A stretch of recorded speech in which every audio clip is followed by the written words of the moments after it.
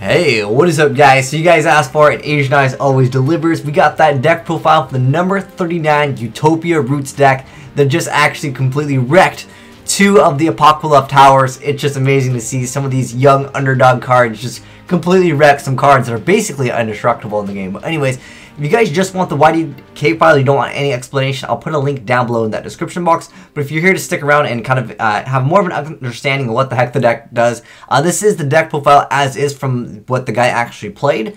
You can make some adjustments if you want to. I'll go ahead and make some suggestions as we go along in the video. But anyways, let's go ahead and get started. So first off, you have two copies of Ghost Trick Jack Frost. This card is really good against Noble Knights in addition to, just other things in general. Then you have two copies of Ghost Trick Lantern, two copies of Ghost Trick Spectre, and then three copies of King Kabio. You usually want to go King Kabio into Mystic Piper. The deck kind of revolves around Mystic Piper in general. But yeah, very, very good card to get some free draw power. And next up, he's playing three copies of Karival. This card is kind of key in most of the combos in this deck. So you can target one face-up XYZ monster that has material, you attach a material from it, and if you just special summon it. Now that can be your own card. That's how you're going to actually be pulling off a lot of your combos using pretty much the Hope Dragon in addition to Utopia Roots. But I mean, you do have access to other things, but for the most part, that's the main combo. If you guys want to check out the video with the full explanation, you can do so by checking down below that description box. And then he's playing two copies of Rainbow Karibo, two copies of Treeborn Frog, three copies of Jester Confit, three copies of Mystic Piper,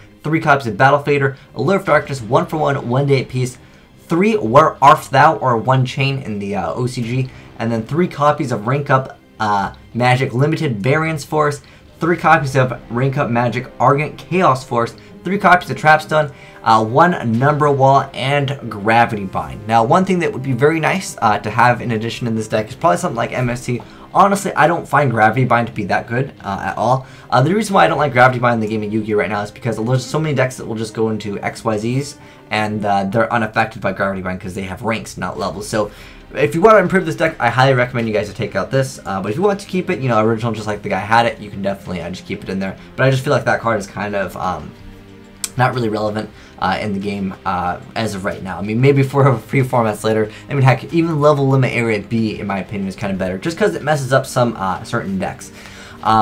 Next up, as far as the extra deck goes, he is playing two copies of number 99 Hope Dragon, one copy of C101 Silent Honor Dark, one Downer Magician, three copies of Ghost Trick Dullahan, one copy of Kane's Doom, one copy of Abel's Doom. I mean, you can technically try to make that, but I mean, it's probably more relevant to, of course, go for the Utopia Roots, which he's playing three copies of the Utopia Roots, and then we have the Slacker Magician, and then we have number 54 Lionheart, and of course, number F0 Future Hope. Now, this card can actually be used in, other ways. It's kind of more of a utility card, but for the most part, I mean, it's pretty self-explanatory to just go for these. I mean, that's the point of the deck. You have alternate. I guess this could kind of be considered a win condition on its own, but yeah, that's the deck profile for you guys.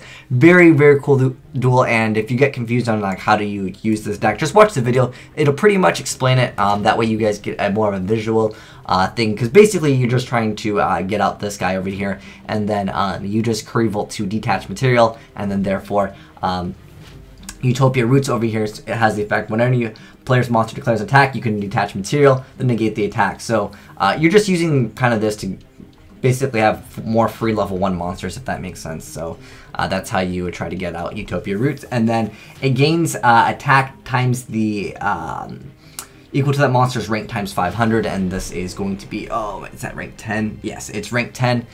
You just use it by XYZ summon it by discard one rank up magic, so I mean, you've got 6 of them here, and the deck goes relatively fast because you're going to be searching out a lot of stuff. This card is just amazing. But anyways, that's a deck profile for you guys. But anyways, like I said, highly recommend you guys to check out that video, because it's just so cool to see these like underdog decks like I mentioned before. But anyways, thanks for watching, guys. Azneyes out.